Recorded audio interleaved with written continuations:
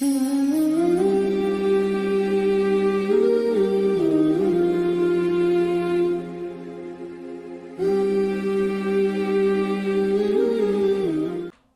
کے ساحلوں پہ انتظار کرتی آنکھیں انتظار کرتے کرتے پتھر ہو گئیں اور غزہ کے معصوم بچوں کی امیدیں دم توڑ گئیں۔ گلوبل اسموتھ فلوٹیلا ایک قافلہ عظیمت جو عالمی پانیوں میں اترا اور جس میں پاکستان کا فخر جناب سینیٹر مشتاق صاحب بھی شامل تھے، اور اس پرامن قافلے کا مقصد غزہ کے مظلوموں تک غذا اور خوراک پہنچانا تھا اور اسی طرح امن کی عالمی راہداری قائم کرنا تھا۔ لیکن شومی قسمت کہ اسرائیل نے اس پرامن قافلے کو، جو تمام عالمی قوانین کی رعایت کرتے ہوئے، پاسداری کرتے ہوئے عالمی پانیوں میں اترا اور ایک فلاحی قافلہ تھا، تو اس پر اسرائیل نے جارحیت سے حملہ کیا، تمام عالمی قوانین کو پامال کرتے ہوئے اس قافلے کو اغوا کیا اور قافلے کے شرکاء کو گرفتار کر کے جیلوں میں بند کر دیا ہے۔ اس وقت پورا عالم اسلام بلکہ ساری دنیا سراپا احتجاج ہے،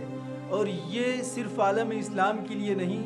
بلکہ پوری دنیا کے انسانوں کے لیے، حکمرانوں کے لیے، ارباب اختیار کے لیے ایک سوالیہ نشان ہے کہ چھوٹے سے خطے پر موجود ایک چھوٹی سی ریاست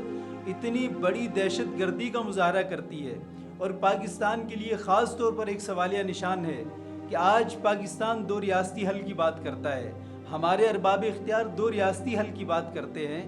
اور قائد اعظم کے اس فرمان کو بھول جاتے ہیں کہ اسرائیل عالم کفر کی طرف سے عالم اسلام کے سینے میں گھونپا گیا ایک خنجر ہے جسے پاکستان کبھی تسلیم نہیں کر سکتا۔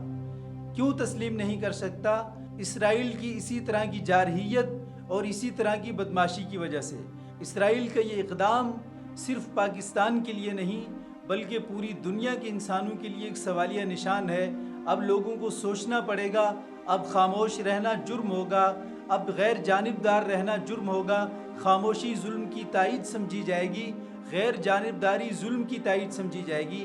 آج ضرورت اس بات کی ہے کہ صرف ارباب اختیار نہیں بلکہ ہر آدمی میدان میں اترے،